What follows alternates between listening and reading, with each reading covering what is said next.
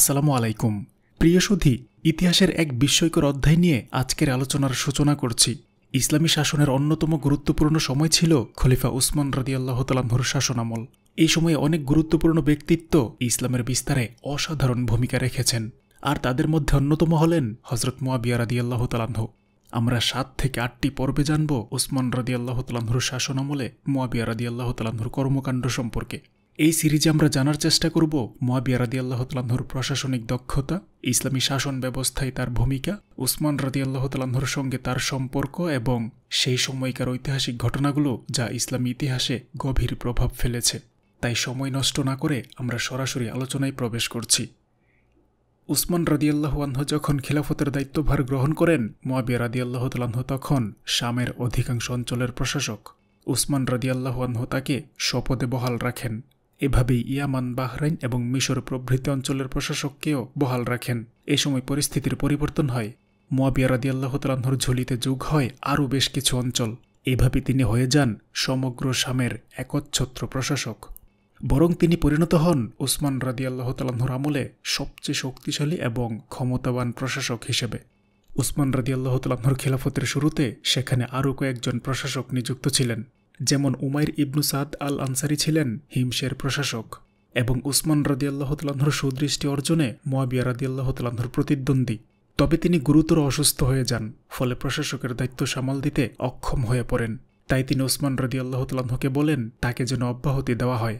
তিনি তাকে অব্যাহতি দেন এবং তার অঞ্চলকে মুয়াবিয়া রাদিয়াল্লাহু তাআলা আনহুর অঞ্চলের সঙ্গে যুক্ত করে দেন। এভাবেই মুয়াবিয়া রাদিয়াল্লাহু তাআলা আনহুর কর্তৃত্ব বৃদ্ধি পায়। তিনি আব্দুর রহমান ইবনে খালিদ ইবনে ওয়ালিদকে নিজের পক্ষ হতে হিমসের প্রতিনিধি নিযুক্ত করেন।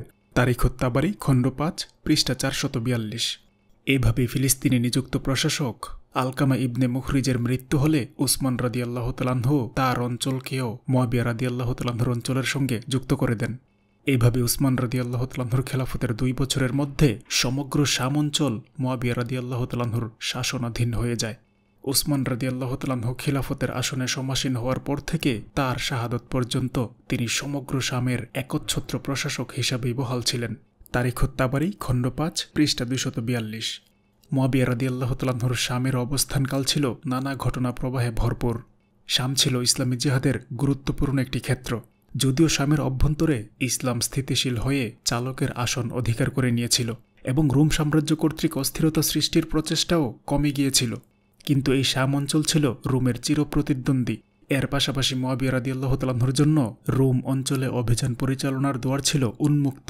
এই আলোচনা আমরা বিস্তারিত সামনে পাব ইনশাআল্লাহ। উসমান রাদিয়াল্লাহু আনহুর খিলাফতের শেষ দিকে ইসলামী সাম্রাজ্যের রাজনৈতিক অঙ্গনে মুয়াবিয়া রাদিয়াল্লাহু তাআলা আনহু অন্যতম প্রভাবশালী এবং গুরুত্বপূর্ণ ব্যক্তি হিসাবে আবির্ভূত হন। ইসলামী সাম্রাজ্যের দিগন্তে যখন ফিতনার ঘনঘটা ভিড় জমাতে থাকে, তখন উসমান রাদিয়াল্লাহু আনহুর পরামর্শ সভার অন্যতম স্তম্ভ ছিলেন মুয়াবিয়া রাদিয়াল্লাহু তাআলা আনহু। এই পরিস্থিতিতে তিনি স্বতন্ত্র কিছু অভিমত ব্যক্ত করে উসমান রাদিয়াল্লাহু আনহুকে অবগত করেন। এই আলোচনাও যথাস্থানে আসবে ইনশাআল্লাহ। হাবিব ইবনে মাসলামা ছিলেন শামে মুয়াবিয়া রাদিয়াল্লাহু আনহুর শাসন চলাকালীন মুসলিম বাহিনীর জিহাদের অন্যতম অধিনায়ক। উসমান রাদিয়াল্লাহু আনহুর খিলাফতের সূচনা লগ্নে যখন রোমকরা শামের বিরুদ্ধে যুদ্ধের প্রস্তুতি নেয়, তখন মুয়াবিয়া রাদিয়াল্লাহু তাআলা আনহু উসমান রাদিয়াল্লাহু আনহুর কাছে সাহায্য চেয়ে পত্র লিখেন। উসমান রাদিয়াল্লাহু আনহু তখন কুফার প্রশাসক উলিদ ইবনে উকবাকে তার সাহায্যে গমনের জন্য বলেন।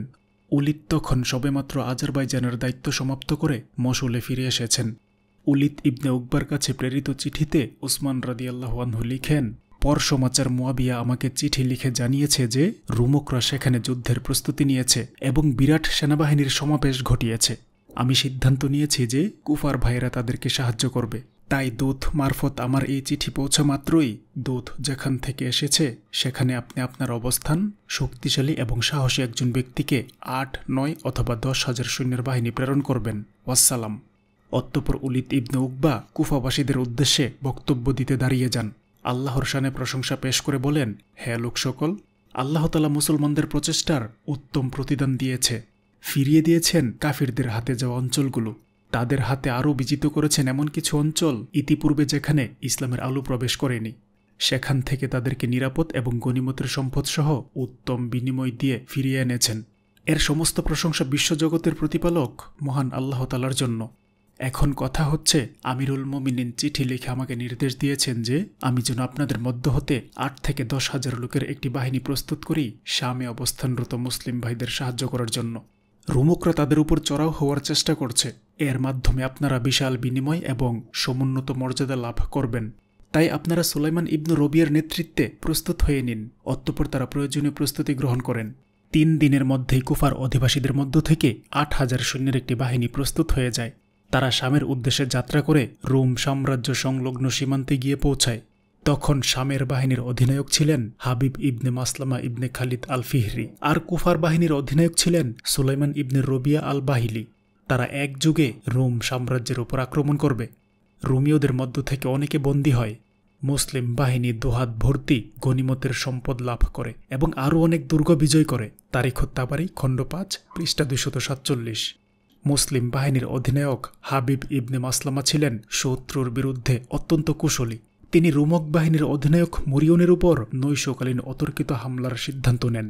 তার স্ত্রী উম্মে আবদুল্লাহ ইবনে ইয়াজিদ এই কথা শুনে তাকে জিজ্ঞেস করেন যে কোথায় যাচ্ছেন। উত্তরে তিনি বলেন, মুরিয়ানের তাঁবুতে অথবা জান্নাতে। এই নৈশকালীন আক্রমণে তিনি রোমকদের পরাজিত করেন। এরপর মুরিয়ানের তাঁবুর কাছে গিয়ে দেখতে পান তার স্ত্রী তার পূর্বে এসেই মুরিয়ানের জীবনলীলা সাঙ্গ করে দিয়েছে। তারিখ তাবারি খণ্ড 5 পৃষ্ঠা 248। অতঃপর হাবিব ইবনে মাসলামা আর্মেনিয়া ও আজারবাইজান অঞ্চলে তার বিজয় অভিযান অব্যাহত রাখেন। কখনো সন্ধির মাধ্যমে, আবার কখনো বল প্রয়োগের মাধ্যমে বিজয় লাভ করেন। আর্মেনিয়ায় বাইজেন্টিনদের বিরুদ্ধে লড়াইয়ে তাকে অন্যতম মুসলিম সেনাপতি হিসেবে গণ্য করা হয়।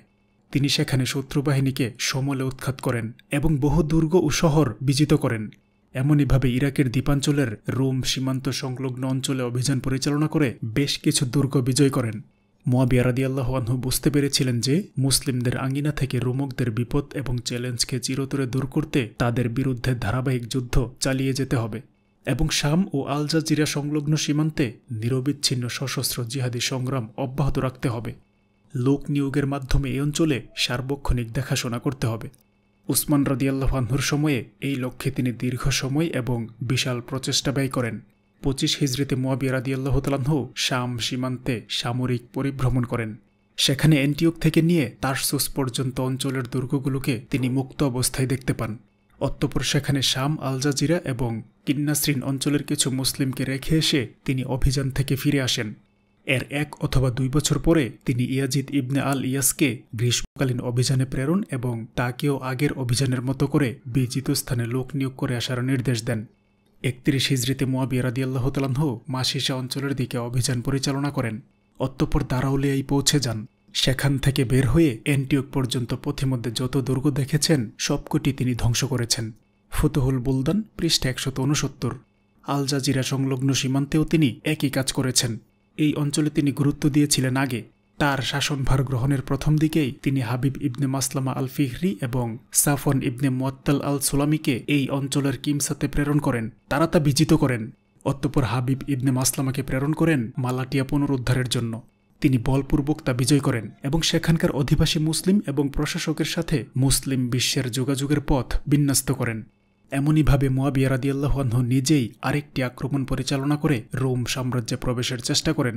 মালাটিয়া অতিক্রমকালে তিনি সেখানে শাম এবং আল জাজিরা প্রভৃতি অঞ্চলের কিছু মুসলিমকে নিয়োজিত করে যান, যেন গ্রীষ্মকালীন অভিযান পরিচালনার সময় পথ নিরাপদ থাকে। একই বছর তিনি আল জাজিরা সংলগ্ন সীমান্তের জিবাত্রা দুর্গে আক্রমণ করেন। তিনি হাদাস দুর্গের প্রতিও লক্ষ্য রেখেছিলেন এবং মারাজ শহর নির্মাণ করে সেখানে মুসলিমদের বসতি স্থাপন করেছিলেন। এ সকল দুর্গ এবং শহর ছিল আল জাজিরা অঞ্চল সংলগ্ন সীমান্তে। ফুতহুল বুলদান পৃষ্ঠা 187। এ সকল অভিযান পরিচালনার পর মুয়াবিয়া রাদিয়াল্লাহু আনহু যখন তার বাহিনীর শক্তিমত্তার ব্যাপারে নিশ্চিত হয়ে গেলেন, তখন থেকে রোম সাম্রাজ্যের অভ্যন্তরে গিয়েও অভিযান পরিচালনা করতে শুরু করেন। তিনি নিজেই 32 হিজরির অভিযানটি পরিচালনা করেন, যেই অভিযানে তিনি তার বাহিনী কনস্টান্টিনোপল শহরের প্রণালী পর্যন্ত পৌঁছে গিয়েছিলেন। সামুদ্রিক যুদ্ধের ব্যাপারে মুয়াবিয়া রাদিয়াল্লাহু তাআলা আনহু উমর রাদিয়াল্লাহু আনহুর কাছে বারংবার অনুমতি চেয়েছিলেন। বর্ণনা করেছিলেন হিমস আর রোমের নিকটবর্তিতা। তিনি বলেছিলেন, হিমসের একটি অঞ্চলের অধিবাসীরা রোমের কুকুরের ঘেউ ঘেউ আওয়াজ এবং তাদের মোরগের ডাক শুনতে পায়। এক পর্যায়ে উমর রাদিয়াল্লাহু আনহু এ ব্যাপারে ভাবতে শুরু করেন। তিনি আমর ইবনুল আস রাদিয়াল্লাহু আনহুর কাছে চিঠি লিখে বলেন, আপনি আমাকে সমুদ্র এবং তার আরোহীদের অবস্থা বলুন। এই নিয়ে আমার মন সন্দেহের দোলাচলে ভুগছে। ফিরতি চিঠিতে আমর ইবনুল আস বলেন, আমি দেখেছি অনেক লোকের মধ্যে অল্প কিছু লোকই সমুদ্রযানে আরোহণ করে, তা থেমে গেলে হৃদয়ে কম্পন শুরু হয়ে যায়। আবার যদি সমুদ্রের তরঙ্গে তা নড়াচড়া শুরু করে, তখন মানুষ হয়ে পড়ে হতবুদ্ধি। সেখানে বেঁচে থাকার বিশ্বাস কমতে শুরু করে, আর সন্দেহ বৃদ্ধি পেতে থাকে। সমুদ্রে আরোহীদের অবস্থা হয় কাঠের টুকরোর পিঠে বসে থাকা পোকামাকড়ের মতো। যদি তা একটু কাত হয় তবে সবই ডুবে যায়, আর যদি বেঁচে যায় তবে স্বস্তি লাভ করে। এই চিঠি পরে উমর রাদিয়াল্লাহু তাআলা আনহু মুয়াবিয়া রাদিয়াল্লাহু তাআলা আনহুকে লিখলেন, আমি অনুমতি দেব না। ওই সত্তার শপথ যিনি মুহাম্মদ সাল্লাল্লাহু আলাইহি সাল্লামকে প্রেরণ করেছেন, আমি কখনোই কোনো মুসলিমকে সমুদ্রে আরোহণের মতো বিপদে ফেলতে পারবো না। আল্লাহর শপথ, রোমের যা কিছু আছে তা থেকে একজন মুসলমান আমার নিকট অধিক প্রিয়। তাই এই প্রস্তাব পেশ করা থেকে তুমি বিরত থাকো। তোমাকে আমার কথা জানিয়ে দিলাম। তুমি আগেও জানতে যে এ ব্যাপারে আল্লাহ আমার সঙ্গে দেখা করেছিল এবং আমি কেন তাকে এর অনুমতি দেইনি। তারিখ তাবারি খণ্ড 5 পৃষ্ঠা 258। কিন্তু এই চিন্তা মুয়াবিয়া রাদিয়াল্লাহু আনহুর মস্তিষ্ক থেকে বিদূরিত হয়নি। তিনি রোমের ঐশ্বর্য এবং জনপদ দেখতে পেয়েছিলেন। তখন এই অঞ্চল বিজয়ের উচ্চাসা জেগেছিল তার মনে। তাই উসমান রাদিয়াল্লাহু আনহু যখন খিলাফতের দায়িত্ব লাভ করেন, তিনি পুনরায় এই প্রসঙ্গের অবতারণা করেন। এই জন্য উসমান রাদিয়াল্লাহু আনহুর কাছেও একাধিকবার অনুমতি কামনা করেন। উসমান রাদিয়াল্লাহু আনহু তাকে জবাব দেন, তুমি যখন উমর রাদিয়াল্লাহু আনহুর কাছে সামুদ্রিক অভিযানের অনুমতি চেয়েছিলে, তখন তিনি কি জবাব দিয়েছিলেন তা আমি দেখেছি। মুয়াবিয়া রাদিয়াল্লাহু আনহু দ্বিতীয়বার চিঠি লিখে বলেন যে তার জন্য সামুদ্রিক পথে সাইপ্রাস গমন সহজ হবে। উসমান রাদিয়াল্লাহু আনহু জবাবে বলেন, যদি সঙ্গে তোমার স্ত্রীকেও নাও তবেই তুমি অনুমতি পাবে, অন্যথায় পাবে না। এইভাবেই উসমান রাদিয়াল্লাহু তাআলা আনহু আরও কিছু শর্তারোপ করে বলেন যে তুমি এই জন্য লোকদেরকে বেছে বেছে নিতে পারবে না, লটারি করেও নিতে পারবে না, বরং তাদেরকে স্বাধীনতা দিবে। যে স্বেচ্ছায় যেতে চাইবে তাকেই তোমার সঙ্গে নিতে পারবে। তারিখ তাবারি খণ্ড 5 পৃষ্ঠা 260। উসমান রাদিয়াল্লাহু আনহুর চিঠি পড়ে চঞ্চল হয়ে ওঠে মুয়াবিয়া রাদিয়াল্লাহু তাআলা আনহুর মন। সমুদ্রপথে সাইপ্রাস গমনের জন্য তার উচ্ছ্বাস উদ্যম সক্রিয় হয়ে ওঠে। তিনি উপকূলবাসীদের নির্দেশ দেন নৌযান প্রস্তুত করার জন্য এবং সেগুলোকে আক্কা উপকূলের কাছাকাছি নিয়ে যাওয়ার জন্য। মুসলিমদের সাইপ্রাস অভিযানের জন্য তিনি আক্কা উপকূলকেই উপযুক্ত মনে করেছিলেন।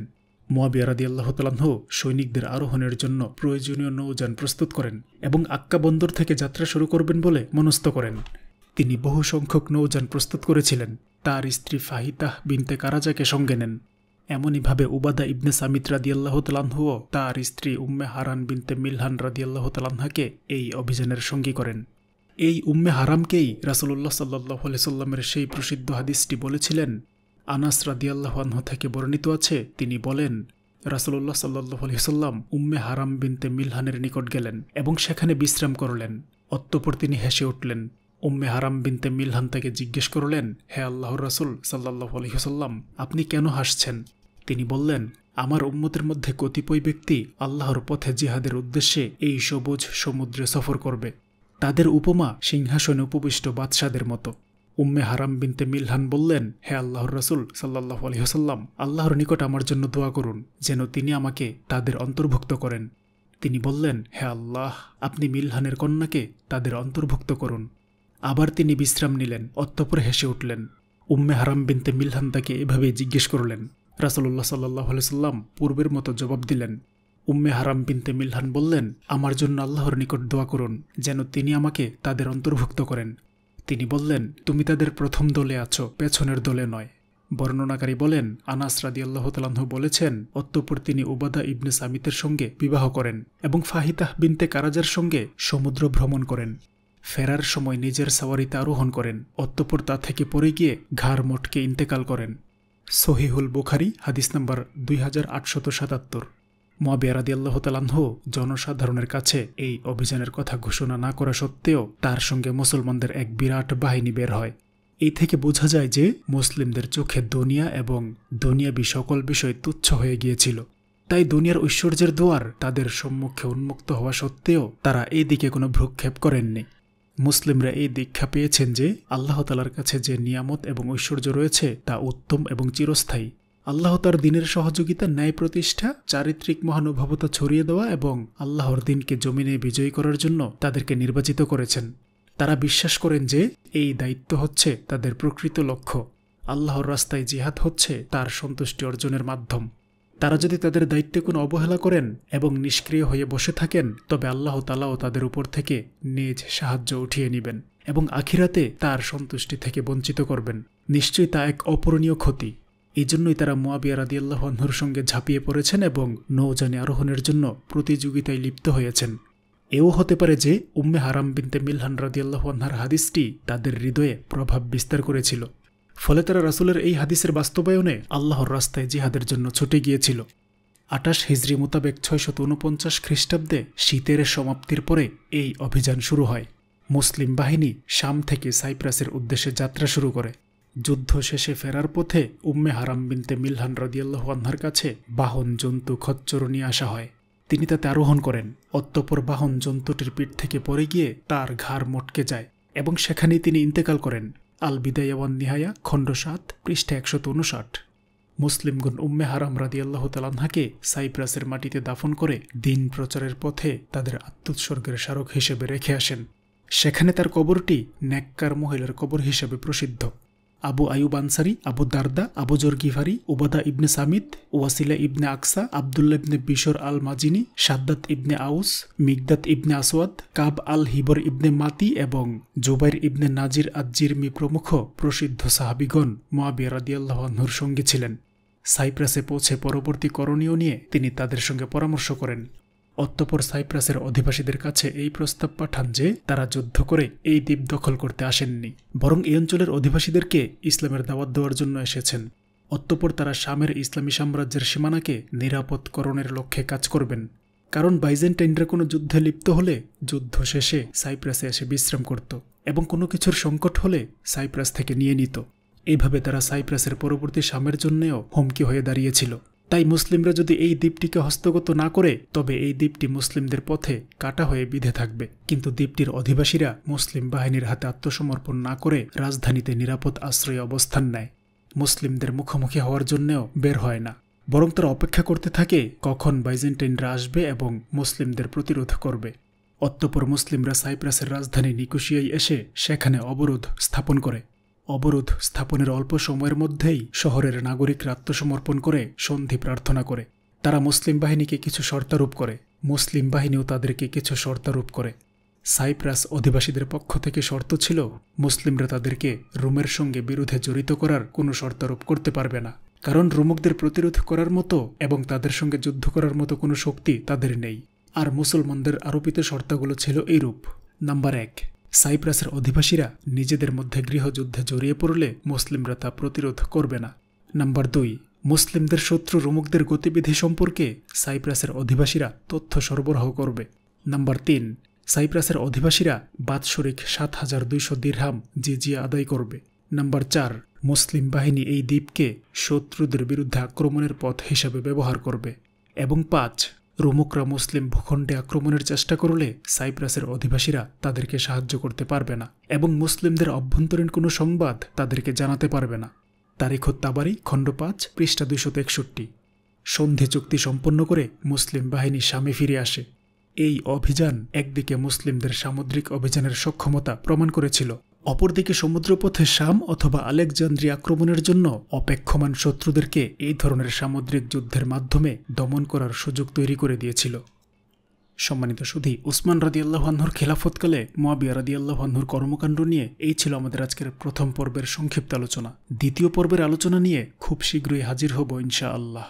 আমি ইসলামের ইতিহাস আর ঐতিহ্যগুলো জানতে এবং আপনাদেরকে জানাতে চেষ্টা করি এবং আরও চেষ্টা করি সর্বদা সত্য ইতিহাসগুলো আপনাদের সামনে তুলে ধরতে। তারপরেও আমার মধ্যে ভুল ত্রুটি থাকতেই পারে। বড় ধরনের কোনো ভুল যদি আপনার দৃষ্টিগোচর হয়, অনুগ্রহ করে কমেন্টের মাধ্যমে শুধরে দিলে কৃতজ্ঞ থাকব। আর ছোটোখাটো ভুলগুলোকে ক্ষমার সুন্দর দৃষ্টিতে দেখলে অনুপ্রাণিত হব। সর্বোপরি আলোচনাটি যদি ভালো লাগে একটি লাইক দিতে পারেন, প্রচারের স্বার্থে আলোচনাটি শেয়ার করতে পারেন এবং নিয়মিত এই ধরনের আলোচনা পেতে অনুগ্রহ করে চ্যানেলটি সাবস্ক্রাইব করতে পারেন। আসসালামু আলাইকুম ওয়া রাহমাতুল্লাহি ওয়া বারাকাতুহু।